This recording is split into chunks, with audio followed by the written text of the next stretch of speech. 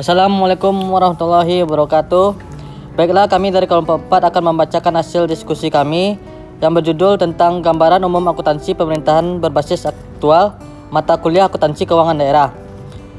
Baiklah, saya akan memperkenalkan satu persatu anggota dari kelompok 4. Yang pertama Rini Wayuni, yang kedua Rahmat Hidayat, yang ketiga Dandi Novanda Pentio, yang keempat Rizky Mariza, yang kelima Nadia Fitri, yang keenam Helmida, yang ketujuh Disa Claudia Surahman, yang ke-8 Atari Aulia Najmi. Kebijakan akuntansi dan sistem akuntansi pemerintahan daerah. Kebijakan akuntansi pemerintahan daerah sebagaimana dimaksud dalam pasal 3 huruf A terdiri atas kebijakan akuntansi pelapor keuangan atau kebijakan akuntansi.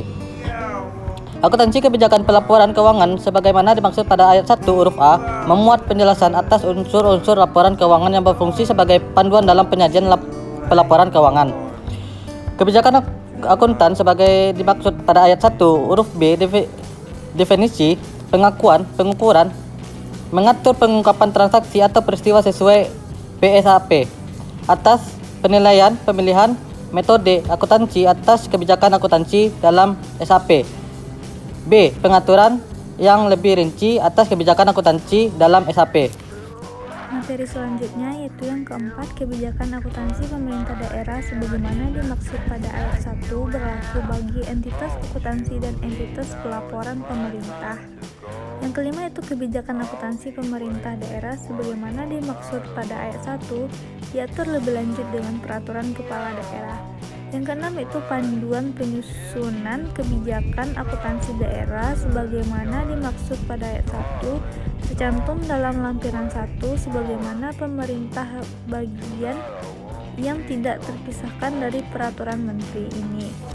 Selanjutnya yaitu sistem akuntansi pemerintah daerah. Yang pertama itu SAPD sebagaimana dimaksud dalam pasal 3 huruf B memuat pilihan prosedur dan teknik akuntansi dalam melakukan identifikasi transaksi, pencatatan pada jurnal, posting ke dalam buku besar, penyusunan neraca saldo, serta penyajian laporan keuangan. Yang kedua itu penyajian laporan keuangan sebagaimana dimaksud pada ayat 1 terdiri atas yang pertama itu laporan realisasi anggaran, yang kedua itu laporan perubahan saldo anggaran lebih, yang ketiga neraca, yang keempat laporan operasional, yang kelima laporan arus kas, selanjutnya itu laporan perubahan ekuitas, dan selanjutnya catatan atas laporan keuangan.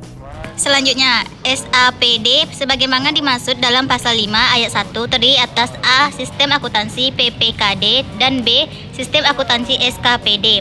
Yang kedua, sistem akuntansi PPKD sebagaimana dimaksud pada ayat 1 huruf A mencakup teknik pencatatan, pengakuan, dan pengungkapan atas pendapatan. Yang ketiga, sistem akuntansi SKPD sebagaimana dimaksud pada ayat 1 huruf batas mencakup teknik pencatatan, pengakuan, dan pengungkapan pendapatan, beban, pendapatan LRA, belanja, aset, kewajiban, ekuitas, penyesuaian dan koreksi, serta penyusunan laporan keuangan SKPD. Yang keempat, SAPD sebagaimana dimaksud pada ayat 1 diatur lebih lanjut dengan peraturan kepala daerah. Yang kelima, panduan penyusunan SAPD sebagaimana dimaksud pada ayat 1 tercantum dalam lampiran 2 bagian yang tidak terpisahkan dari peraturan menteri ini.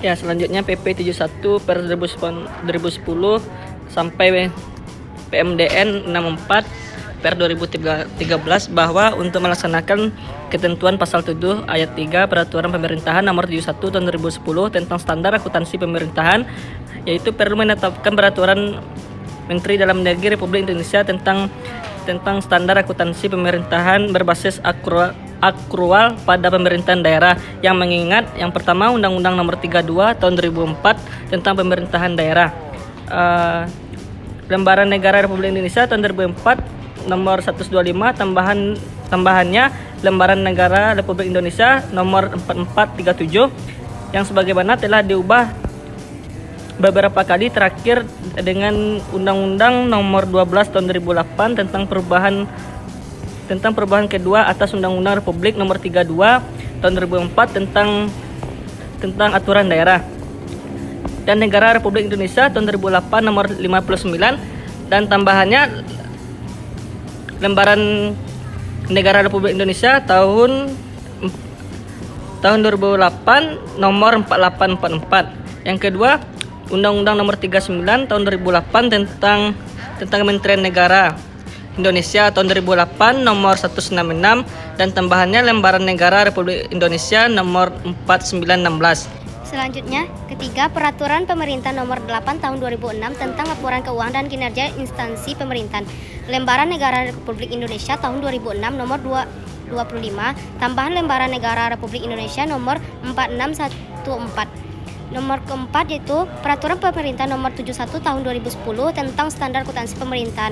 Lembaran Negara Republik Indonesia Tahun 2010 Nomor 123, tambahan Lembaran Negara Republik Indonesia Nomor 5165.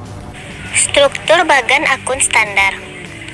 Bagan akun standar merupakan daftar kodifikasi dan klasifikasi terkait transaksi keuangan yang disusun dan digunakan secara sistematis sebagai pedoman dalam perencanaan dan pelaporan keuangan pemerintah. Sebagai bagian dari bagan akun standar, klasifikasi akuntansi berupa akun disusun dengan berpedoman pada PP 71 tahun 2010 tentang Standar Akuntansi Pemerintahan dan Government Finance Statistik yang disusun oleh IMF dengan menggunakan GFS Manual 2001. Penyusunan dan pengembangan kode akun dilakukan dengan ketentuan sebagai berikut.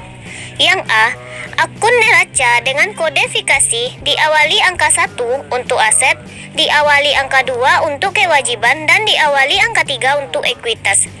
Yang B, menggunakan kodifikasi akun yang sama diawali angka 4 baik untuk pendapatan laporan realisasi anggaran maupun pendapatan LO. Yang C, menggunakan kodifikasi akun yang sama diawali dengan angka 5 dan 6 untuk belanja atau transfer maupun beban.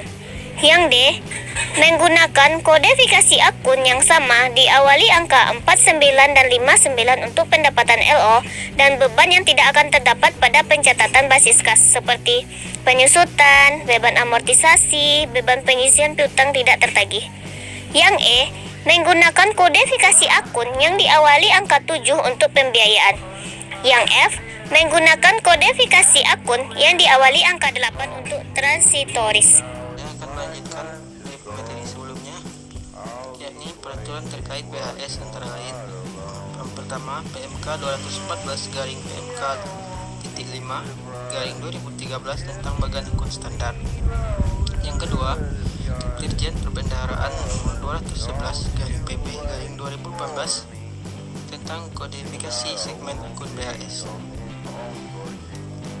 Yang ketiga, Dirjen Pembendaharaan nomor 531/PB/2018 tentang pemutakhiran kodifikasi segmen akun pada BHS.